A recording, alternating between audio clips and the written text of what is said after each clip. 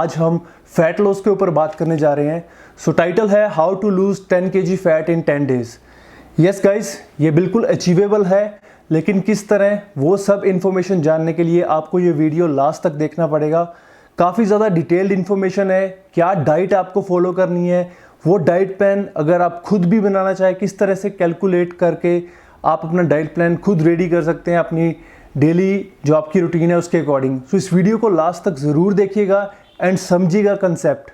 दो चीज़ें मैं आपको पहले ही क्लियर कर देता हूँ, ना हम कोई स्टीरॉयड के बारे में बात करेंगे, ना ही हम कोई फैट बर्नर के बारे में बात करेंगे। हम सिर्फ natural way of fat loss के ऊपर बात करेंगे। एंड जो दो चीज़ें, जो साइंटिफिक दो चीज़ें हम इस डाइट प्लान में फॉलो करेंगे वो रहेंगी हमारी फर्स्ट इंटरमिटेंट फास्टिंग। वो क्या है, कैसे करनी है, वो सब इस वीडियो में मैं आपके साथ शेयर करूँगा। एंड इंटरमिटेंट फास्टिंग के साथ हम जो डाइट करेंगे उसका नाम है केटोजेनिक डाइट। उसके क्या बेनिफिट्स हैं एंड क्या उसके नुकसान हैं वो भी इस वीडियो में मैं आपके साथ शेयर करूंगा।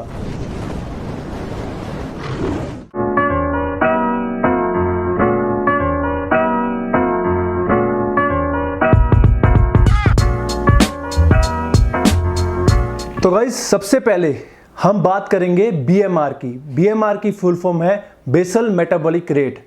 वो नंबर ऑफ कैलोरीज जो आपको हर दिन चाहिए अपनी डाइजेस्टिव सिस्टम को काम करने के लिए। और बीएमआर कैलकुलेट कैसे करना है पहले हम वो समझते हैं।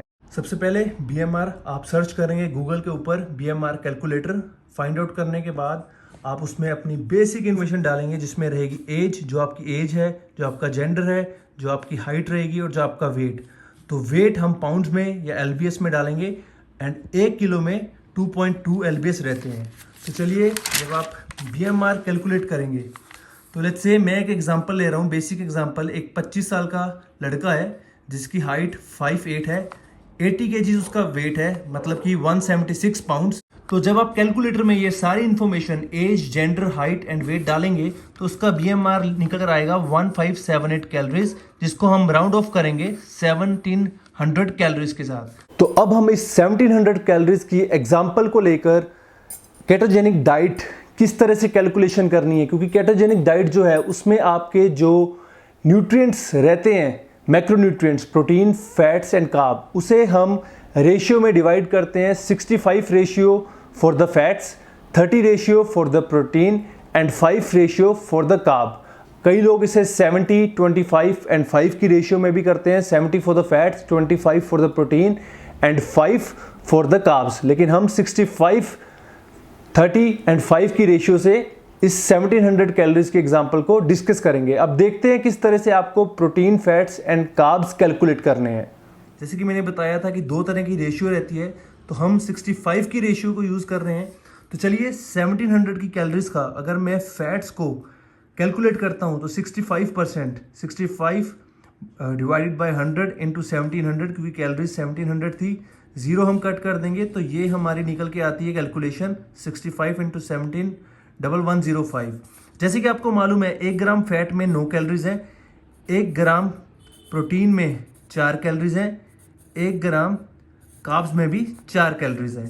तो चलो, अगर फैट में 9 कैलोरीज है तो हम इसे 1105 को डिवाइड करेंगे 9 से, एंड ये हमारा जो निकल कर आएगा ये हमारी ग्राम्स में फैट्स निकलेंगी। इसी तरह से हम प्रोटीन की रेशियो को भी निकाल कर दिखाएंगे, आपको कार्ब्स की भी। तो प्रोटीन हमारे थे 30 डिवाइडेड बाय 100 इंटू 1700, तो 0 हम कट कर देंगे तो ये हमारा निकल कर आएगा 510।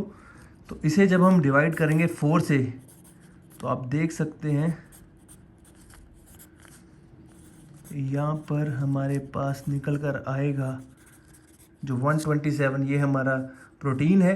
इसी तरह से हम कार्ब्स भी एक बार आपको कैलकुलेट करके दिखाते हैं, क्यों, ताकि आपको समझ आ जाए, क्योंकि हमारे पास यहाँ पे रेशियो कार्ब की 5 है।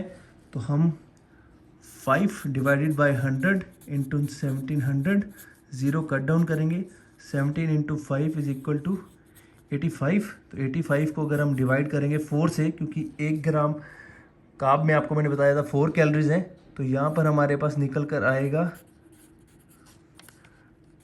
21, जो कि मैंने ऑलरेडी कैलकुलेट किया था। इसी तरह से अगर आप अपनी कैलकुलेशन स्ट्रॉन्ग करना चाहते हैं तो आप एज ए होमवर्क इस रेशियो को निकाल सकते हैं। 70 बटा 100 इंटू 1700, तो यहाँ पे हमारे पास निकल कर आ रहा है फैट्स के लिए। तो इसे जब हम डिवाइड करेंगे 9 से तो ये हमारा निकल कर आता है। तो अगर हम 70 की रेशियो लेते हैं फैट्स की तो हमारी फैट्स निकल कर आती है 132, लेकिन हमने 65 की रेशियो ली है तो हमारी 120 ग्राम फैट्स जो निकल कर आई हैं। तो अभी इसी रेशियो को लेकर हम एक डाइट प्लान तैयार करेंगे जिसमें हमारे पास फैट्स रहेंगे 122 और प्रोटीन रहेगा 127 और कार्ब्स रहेगा 21 ग्राम। अब आप देखते हैं किस तरह से डाइट प्लान रेडी करना है। तो गाइस कैलकुलेशन जो मैंने आपको करके दिखाई है ये समझना बहुत ज़रूरी है, क्योंकि जब तक आपको एक कैलोरीज जो BMR है 1700 जो एग्जांपल ली है उसे किस तरह से डिवाइड करना है फैट्स में, प्रोटीन में, कार्ब्स में समझ नहीं आएगा, आप अपनी खुद के BMR मे बी आपका BMR 2000 हो सकता है अगर आप बहुत ज़्यादा हैवी वेट है, मे बी आपका BMR 1400 हो सकता है अगर आप कम हैवी हैं। तो आपको इस एग्जांपल को लेकर अपना BMR की जो रेशियो है वो निकालनी समझनी पड़ेगी। तो मैं अब 1700 की कैलोरीज को लेकर जो मैंने डिवाइड की है फैट्स, प्रोटीन और कार्ब्स, इसका अब मैं आपको जो दिखाऊंगा एक डाइट प्लान केटोजेनिक का रेडी कर वेजिटेरियन और उसके alternatives as a eggetarian and non vegetarian भी आपके साथ शेयर करूंगा। तो चलिए देखिए ये डाइट प्लान। पहले यहाँ पर मैंने फूड की आइटम्स जो लिखी हैं वो है 200 ग्राम्स पनीर, 100 ग्राम्स टोफू, इसी तरह से और भी इंग्रेडिएंट्स हैं हमारे पास एंड उन सब की कैलोरीज, फैट्स, प्रोटीन और कार्ब्स मैंने निकाले हैं। तो ये पूरे प्रॉपर न्यूट्रिशन फैक्ट्स मैंने कैलकुलेट पहले करके रखे थे क्योंकि टाइम टेकिंग था। तो जब आप इस 1700 कैलोरीज का टोटल देखते हैं तो हमारे पास थी 122 ग्राम फैट्स होनी चाहिए, तो 5 से 7 ग्राम्स ऊपर नीचे चलता है और प्रोटीन हमारे पास होना चाहिए था 127, तो 124 है एंड जो कार्ब्स थे वो 21 होने चाहिए तो 24 तक हैं, तो दैट्स टोटली फाइन। तो गाइज इस केटोजेनिक डाइट प्लान में हम डायरेक्ट कार्ब्स, कॉम्प्लेक्स कार्ब्स या सिंपल कार्ब्स बिल्कुल नहीं लेंगे। ये वो कार्ब्स हैं जो हमारे प्रोटीन और फैट्स की आइटम जो हम कंज्यूम कर रहे थे उनके बीच में थे। तो चलिए यहाँ पर हमारे पास 200 ग्राम पनीर में है 500 कैलोरीज, 40 ग्राम फैट्स, प्रोटीन और कार्ब्स।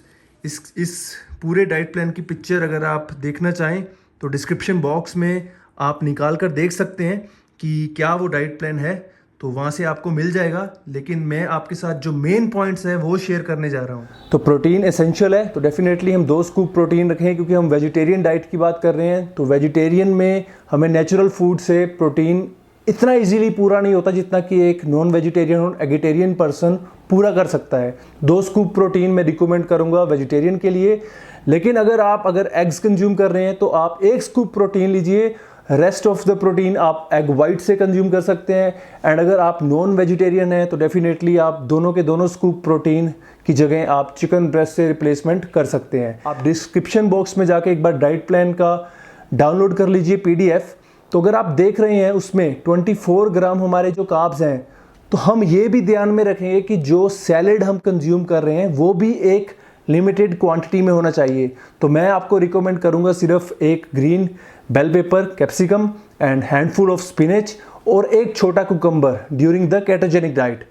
लेकिन गाइज अब दिक्कत क्या होती है, केटोजेनिक डाइट में कॉन्स्टिपेशन की दिक्कत बहुत आती है। तो अगर आप चाहते हैं कि आप ये फेस ना करें तो जो गलती लोग अक्सर करते हैं आपने नहीं करनी। आपको इस डाइट के साथ अपने डाइट में 2 टेबलस्पून ईसाबगोल हस्क ज़रूर ऐड करना है। तो 1 चम्मच ईसाबगोल का हम सुबह लेंगे ताज़े पानी के साथ और 1 चम्मच ईसाबगोल हम लेंगे रात को ताज़े पानी के साथ। तो ये हाई इन फाइबर है, तो ये आपको कॉन्स्टिपेशन ना हो इसलिए हेल्प करेगा। केटोजेनिक डाइट मैंने आपको समझा दी है, BMR कैलकुलेशन कैसे करनी है ये भी समझा दिया है। तो आप BMR कैलकुलेट करके अपनी खुद की डाइट रेडी कर सकते हैं। लेकिन मैंने आपको जैसे शुरू में बताया था कि हम इंटरमिटेंट फास्टिंग के ऊपर भी बात करेंगे। तो चलिए अब इंटरमिटेंट फास्टिंग को डिस्कस करते हैं। इसके 3 लेवल होते हैं, इजी, मॉडरेट एंड हार्ड, और आपको कौन सा करना है वो आप समझिए। तो यहाँ पर इजी में हम 8 आवर फास्टिंग करेंगे एंड 16 आवर की विंडो हम रखेंगे खाने की। तो गाइज एक चीज का ध्यान आपको रखना है, ड्यूरिंग फास्टिंग आवर्स आप पानी पी सकते हैं, आप black coffee and green tea भी इनटेक कर सकते हैं। मेक श्योर उसमें मिल्क ना हो, कोई शुगर हनी ऐसा कुछ ना हो, सिंपल पानी और कॉफ़ी, पानी और ग्रीन टी, दैट्स इट। आप ड्यूरिंग केटोजेनिक डाइट जितना मर्जी black coffee and green tea consume कर सकते हैं। दो चीज़ें आपको ध्यान रखनी है, केटोजेनिक डाइट में आपको ब्लैक कॉफ़ी और ग्रीन टी तो अलाउड है, लेकिन सॉफ्ट ड्रिंक और 0 कैलोरी सोडा बिल्कुल भी अलाउड नहीं है। चलिए back to the intermediate fasting. अगर आप बिगिनर हैं तो आप इजी लेवल चूज करेंगे।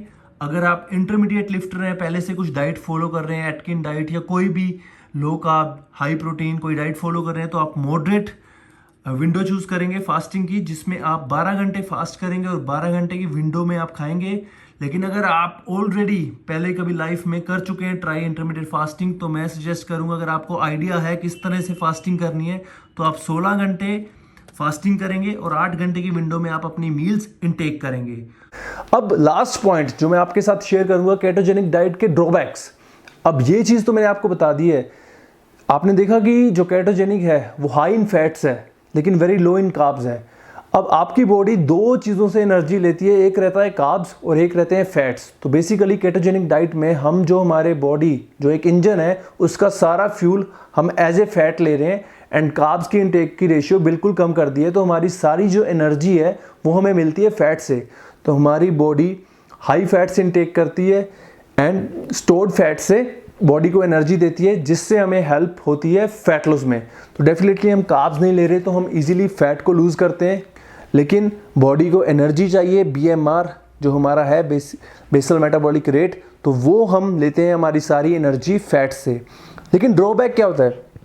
लेट्स से अगर आप 8 हफ्ते केटोजेनिक डाइट करते हैं, अगर आप ओवरवेट हैं, तो मैं आपको सिर्फ यही सजेस्ट करूंगा कि 6 to 8 वीक्स केटो डाइट करें, इससे ज़्यादा नहीं। क्योंकि जब आप इससे ज़्यादा करते हैं तो आपके लिए डाइट के ड्रॉबैक्स ये हैं कि आप बहुत ज़्यादा मसल लॉस करते हैं एंड कई लोग स्पेशली इस साइकी में चले जाते हैं कि उन्हें लगता है अब हमें कार्ब्स खाने नहीं। तो अपनी साइकोलॉजी को प्लीज़ मेक श्योर स्ट्रॉन्ग रखें। आप बिल्कुल भी इस तरह मत सोचें कि कार्ब्स आपके लिए बैड हैं। ये सिर्फ मैंने आपके साथ एक साइंटिफिक वे चूज़ किया है फॉर एक्सट्रीम फैट लॉस। अगर आप गाइस 8 हफ्ते स्ट्रिक्टली केटोजेनिक डाइट फॉलो करते हैं without any single cheat meal, तो आई कैन बेट यू कि आप 10 दिन के बाद आपकी बॉडी कीटोन्स प्रोड्यूस करती है, जिसको चेक करने के लिए केटो स्ट्रिप्स आते हैं, आप ऑनलाइन अमेज़ोन पे बाय कर सकते हैं। तो अगर इसको चेक करने के लिए हमें पूरा प्रोसीजर रीड करना पड़ेगा बॉक्स के ऊपर। तो अगर आप उससे चेक करते हैं, शो करता है कि आपकी बॉडी कीटोन्स प्रोड्यूस कर रहे हैं, तो आफ्टर 10 डेज अगर आप वेट स्केल डे 1 और डे 10 का चेक करते हैं, तो आप easily 4 to 5 kgs already lose कर चुके होंगे and within next 15 to 20 days आप 5 kgs और लूज़ करेंगे। तो जो मैंने आपको कैप्शन में बताया है कि हाउ टू लूज़ 10 kgs, तो यही वो एक साइंटिफिक अप्रोच है ketogenic diet combo with intermediate fasting. लेकिन ईजी नहीं है, but definitely you can do it with the practice. Starting में आप 8 घंटे की विंडो रखिए फास्टिंग की, हफ्ते बाद 12 घंटे की विंडो रखिए और 1 महीने बाद 16 घंटे की विंडो भी आप कर सकते हैं फास्टिंग की। पहले इंटरमीडिएट फास्टिंग की ट्राई कीजिए विद द एटकिन डाइट, जिसमें आप कार्ब्स भी ले रहे हैं, फैट्स भी और प्रोटीन भी। इंटरमीडिएट फास्टिंग की ट्राई करने के बाद फिर आप केटोजेनिक डाइट शुरू कीजिए with intermediate fasting approach. Guys, ये मैंने अपने सभी ऑनलाइन क्लाइंट्स के साथ ट्राई किया है एंड बिलीव मी, जो रिजल्ट्स हैं 8 हफ्ते के बाद वो अलग ही होते हैं। वो लोग जो एकदम मोटे मोटे पेट लेकर हैं, आज के टाइम में बिल्कुल फ्लैट टमी है एंड कई लोगों के एब्स का फ्रेम भी विजिबल है। तो ये सारी वीडियो में जो मैंने आपके साथ शेयर किया है, आई होप करता हूँ कि ये वीडियो आपको इन्फॉर्मेटिव तो लगी होगी और क्लियर भी हो गया होगा। अगर आप चाहें तो थोड़ा बहुत खुद सेल्फ रीडिंग कर सकते हैं गूगल पे, लेकिन गूगल पे अगेन काफ़ी इन्फॉर्मेशन ऐसी भी होगी जो आपको कंफ्यूज करेगी। तो मैंने सारी इन्फॉर्मेशन का एक निचोड़ इस वीडियो में आपके साथ शेयर किया है। अगर अच्छी लगती है वीडियो तो अपने फ्रेंड्स के साथ एंड फैमिली के साथ ज़रूर शेयर कीजिए एंड जो भी आपके वैल्यूएबल कमेंट्स हैं या डाउट्स हैं, आप कमेंट सेक्शन में मेरे साथ शेयर कीजिए and I will try my best to answer and to clarify your doubts. तो इसी तरह आप अपना ध्यान रखिए एंड अपनी नॉलेज इंप्रूव कीजिए एंड दूसरों की मदद कीजिए। हम मिलेंगे नेक्स्ट वीडियो के साथ। Till then, take care and make sure you subscribe the channel.